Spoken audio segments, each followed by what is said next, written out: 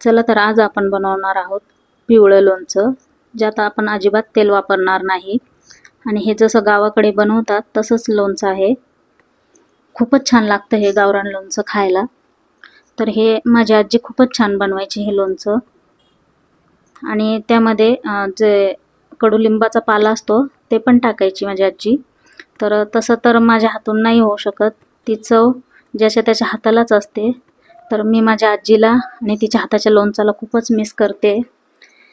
तर चला इथे मी 2 किलो कैऱ्या घेतल्यात आणि त्यातली कोय आणि पातळ जी साल असते ती काढून घ्यायची आहे आणि कापडाने छान पुसून घ्यायच्यात कैऱ्या, अगदी सुक्या करून घ्यायच्यात, त्याला पाण्याचा अजिबात हात लागू द्यायचा नाही।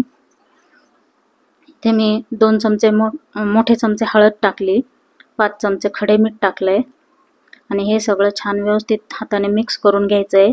प्रत्येक फोडीला हळद आणि मीठ लागलं पाहिजे। तर व्यवस्थित मिक्स झालं की आपण हे एका टोपल्यात किंवा पातेल्यातही तुम्ही ठेवू शकता, तर मी ते टोपल्यात काढून घेते। हे सगळं टोपल्यात काढून झालं की त्यावर झाकण ठेवून आपण हे रात्रभर तसंच ठेवणार आहे।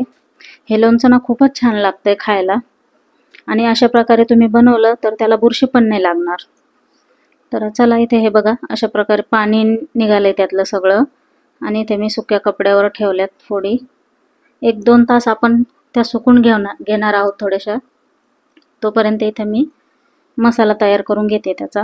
इथे घेतले मी खडे मीठ 1 वाटी, भाजून घ्यायचंय त्याला छान, आणि 1 मोठी वाटी मोहरी घेतली आहे, ती पण छान भाजून घेणार आहे। आणि इथे 3 चमचे मेथी आणि 3 चमचे बडीशोप, हे पण छान भाजून घ्यायचंय आणि खडे मीठ मिक्सरमधून काढून घ्यायचंय जाडसर। बडीशोप आणि मेथीचं पण पावडर करून घ्यायचंय आणि मोहरीचं पण छान पावडर करून घ्यायचंय, म्हणजे खूप बारीक पण नाही करायचंय, असं जाडसरच ठेवायचंय। आणि हे सगळं कैरीवर आपण टाकून घेणार आहोत।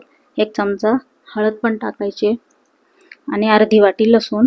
मीठ आपण अगोदर पण टाकलं होतं, तर ते सगळं त्या पाण्यामध्ये, हळदीच्या पाण्यात आणि मिठाचं ते निघून गेलेलं आहे, ते आपण यात नाही धरायचं आणि पुन्हा मीठ टाकावंच लागणार आहे त्यात।